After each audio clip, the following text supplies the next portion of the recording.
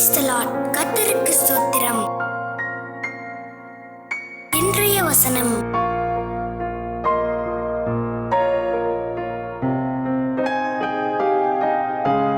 தீமோத்தேயு 5:9-14 60 வயதுக்கு குறையாதவளும் ஒரே புருஷனுக்கு மனைவியாயிருந்தவளுமாகி பிள்ளைகளை வளர்த்து அந்நியரை உபசரித்து பரிசுத்தவான்களுடைய கால்களை கழுவி உபத்திரவப்படுகிறவர்களுக்கு உதவி செய்து சகலவித நற்கிரியைகளையும் ஜாக்கிரதையாய் நடப்பித்து இவ்விதமாய் நற்கிரியைகளை குறித்து நற்சாட்சி பெற்றவளுமாயிருந்தால் அப்படிப்பட்ட விதவையே விதவைகள் கூட்டத்தில் சேர்த்து கொள்ள வேண்டும்.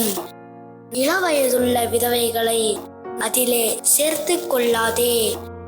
ஏனெனில் அவர்கள் கிறிஸ்துவுக்கு விரோதமாய் காமவிகாரம் கொள்ளும் போது விவாகம் பண்ண மனதாகி முதலில் கொண்டிருந்த விசுவாசத்தை விடுவதினாலே ஆக்கினைக்குட்படுவார்கள்.